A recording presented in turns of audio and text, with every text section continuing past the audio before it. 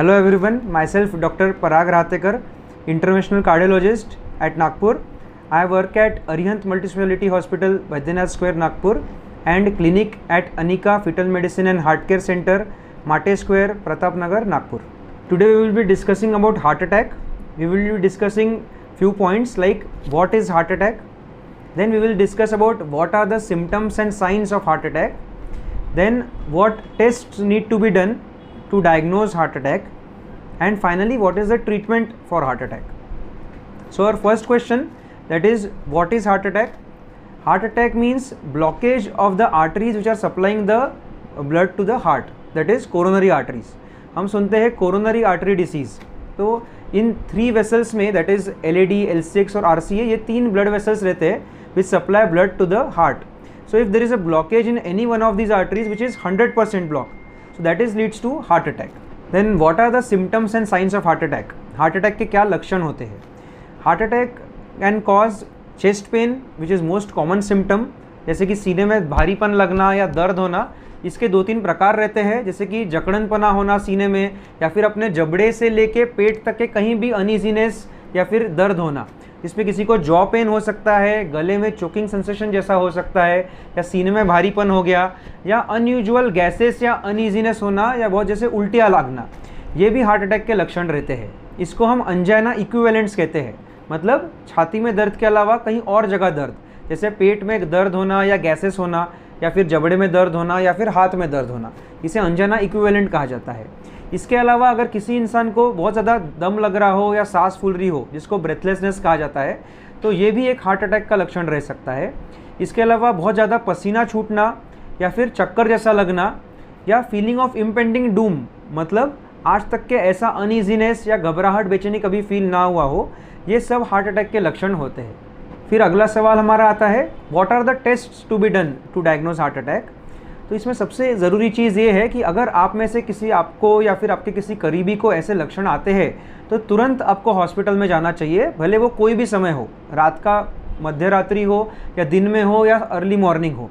आपको तुरंत हॉस्पिटल जाके एक फ़र्स्ट टेस्ट जो कहते हैं वो ECG रहता है. ECG करके क्लियर कट डायग्नोज होता है कि आपको हार्ट अटैक है कि नहीं है. ECG के अलावा बाकी टेस्ट जो रहते हैं उसे हम कहते हैं 2D इकोकार्डियोग्राफी, जो कि एक इको कहते हैं सरल भाषा में, जो हमारे हार्ट का एक सोनोग्राफी जैसा स्कैन रहता है, जिसमें हम ये चीज़ें देखते हैं कि हार्ट का कोई मसल्स वीक हुए हो, हार्ट का पंपिंग कम हुआ हो, या फिर हार्ट के वॉल्व में कहीं लीकेज हो, या फिर हार्ट में कोई मैकेनिकल कॉम्प्लिकेशन तो नहीं आ गया हो. ये हमारे हार्ट अटैक का नेक्स्ट टेस्ट हो गया, दैट इज़ 2D इकोकार्डियोग्राम. इसके अलावा डॉक्टर्स आपसे ब्लड टेस्ट भी करते हैं, जिसमें हम कॉमनली देखे जाते हैं कि ट्रोपोनिन या CKMB, ये 2 ब्लड टेस्ट रहते हैं जो कि हार्ट अटैक डायग्नोज करते हैं. ये टेस्ट करने का फ़ायदा ये रहता है कि ये हमें हार्ट को के मसल्स को इंजरी हुआ है कि नहीं हुआ है ये हमें बताता है, क्योंकि कार्डियक ट्रोपोनिन्स और CKMB ये ब्लड में तब रिलीज़ होता है जब हार्ट के मसल फाइबर्स को परमानेंट डैमेज हो गया हो. और अगर ये टेस्ट पॉजिटिव आते हैं तो हमें इसके आगे का टेस्ट, मतलब कि कोरोनरी एंजियोग्राफी जिसे हम कहते हैं, वो कर लेना चाहिए, क्योंकि कोरोनरी एंजियोग्राफी में हमें क्लियर कट पता चलता है कि कौन से आर्टरी में ब्लॉकेज है और कितने % का ब्लॉकेज है. तो ये हमारा कोरोनरी एंजियोग्राफी में पता चलता है.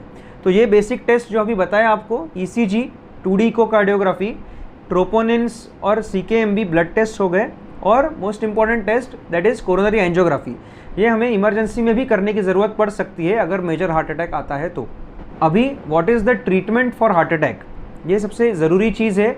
और treatment should start at the point of the symptoms, मतलब जब हमें तकलीफ़ होना चालू हो गई हो तभी हमारी ट्रीटमेंट स्टार्ट हो जानी चाहिए. तो ट्रीटमेंट में सबसे इम्पोर्टेंट टाइम रहता है टाइम, दैट इज़ कितना जल्दी आप हॉस्पिटल पहुंचते हैं, कितना जल्दी आपका हार्ट अटैक डायग्नोज होता है और आपको दवाइयाँ स्टार्ट होती है. इसलिए कभी भी देरी करना नहीं चाहिए हार्ट अटैक के सिनेरियो में.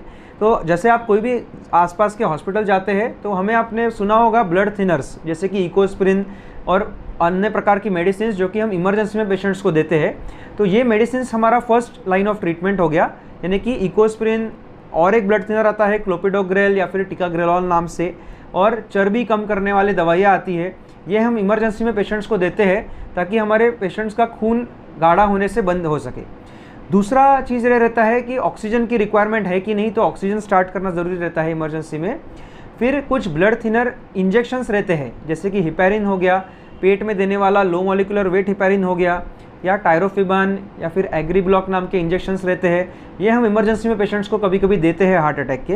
ये सब कैजुअल्टी में या इमरजेंसी में दिया जाता है। और सीने में जो दर्द होता है पेशेंट को, उसके लिए हम, आपने सबने सुना होगा सॉर्बिट्रेट नाम का गोली, जो ज़बान के नीचे रखा जाता है ताकि पेशेंट्स का दर्द कम हो और हार्ट की ब्लड वेसल्स को ब्लड सप्लाई मिल सके। तो ये हमारा इमरजेंसी मेडिसिन का ट्रीटमेंट हो गया। इसके अलावा अगर पेशेंट्स का एंजियोग्राफी उसी समय होके हमको पता चलता है कि उसमें ब्लॉकेज अगर 100% है, तो उसी समय इमरजेंसी एंजियोप्लास्टी, जिसको एक पामी या फिर प्राइमरी एंजियोप्लास्टी कहा जाता है हमारे मेडिकल टर्मिनोलॉजीज में, ये उस पेशेंट्स ने हार्ट अटैक के कर लेना चाहिए, ताकि उसमें आपका अगर ब्लड सप्लाई पूरा रीएस्टेब्लिश हो जाता है अगर हार्ट के मसल्स को, तो ये आपका एक डैमेज कंट्रोल और लाइफ सेविंग रहता है।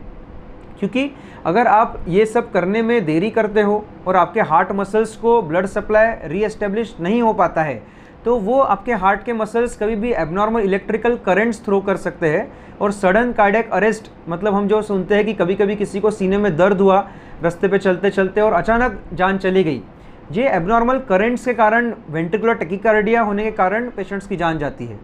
तो ये सब चीज़ें ना हो, इसलिए पेशेंट्स को जितना जल्दी हो सके हॉस्पिटल पहुंच के दवाइयाँ स्टार्ट करके एंजियोग्राफी करके, अगर ब्लॉकेज है तो एंजियोप्लास्टी, और अगर समझ लीजिए किसी का ब्लॉकेज नहीं है, 50% है, 20-30% है, मामूली ब्लॉकेज है, तो ये पेशेंट्स ने दवाई पे घर पे भी जा सकते हैं कुछ दिनों पे।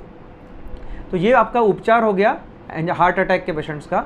और आगे चल के आपकी जीवन शैल्यचर्या, मतलब लाइफस्टाइल मेजर्स आपको बहुत कंट्रोल करने चाहिए, जैसे कि आपके रिस्क फैक्टर्स जो है, जैसे कि हाइपरटेंशन, कोलेस्ट्रॉल, डायबिटीज़, मोटापा, अगर आपके लाइफस्टाइल में आपका स्मोकिंग, टोबैको, अल्कोहल है तो इसे बंद करना, ये सब रिस्क फैक्टर्स का ट्रीटमेंट करना भी उतना ही ज़रूरी है जितना हार्ट अटैक के मेडिसिन लेना ज़रूरी रहता है। हाइपरटेंशन, दैट इज़ हाइपरटेंशन किसे कहते हैं और हाइपरटेंशन कैसे कंट्रोल किया जाता है। So hypertension is high blood pressure, जो कि आपके आर्टरीज में ब्लड प्रेशर 140/90 के ऊपर अगर परसिस्टेंटली रहता है तो इसे हाई बीपी कहते हैं। हाई बीपी के लक्षण जो रहते हैं उसमें सर में भारीपन लगना या झुंझुनाहट होना, फिर चलने पे दम लगना या बहुत थकावट होना दिन भर में, हाथ पैर पे झुंझुनाहट आना, चक्कर जैसा लगना, उल्टियाँ जैसा लगना, ये सब हाई बीपी के लक्षण रह सकते हैं। बीपी को कंट्रोल करना बहुत ज़रूरी है, क्योंकि बीपी आपके मेजर ऑर्गन्स को, जैसे कि ब्रेन को एक स्ट्रोक के फॉर्म में या फिर पैरालाइज के फॉर्म में डैमेज कर सकता है, हार्ट को हार्ट फेलियर या हार्ट अटैक के फॉर्म में डैमेज कर सकता है, किडनीज़ को डैमेज कर सकता है, आपके छोटे ब्लड वेसल्स जैसे कि आइज़, किडनीज़, पैरों की नसें, इसमें भी ब्लॉकेजेस करके इसको भी डैमेज कर सकता है। इसलिए बीपी कंट्रोल करना बहुत ज़रूरी है।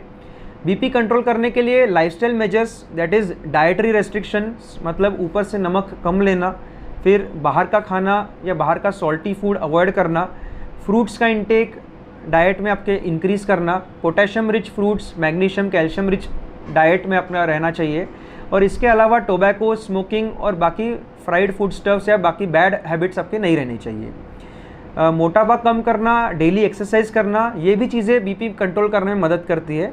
और आपके डॉक्टर से कंसल्ट करके रेगुलर मेडिसिन रखना और बीपी पे कंट्रोल रखना, ये चीज़ें आपका बीपी कंट्रोल करने में मदद करेगी। Thank you.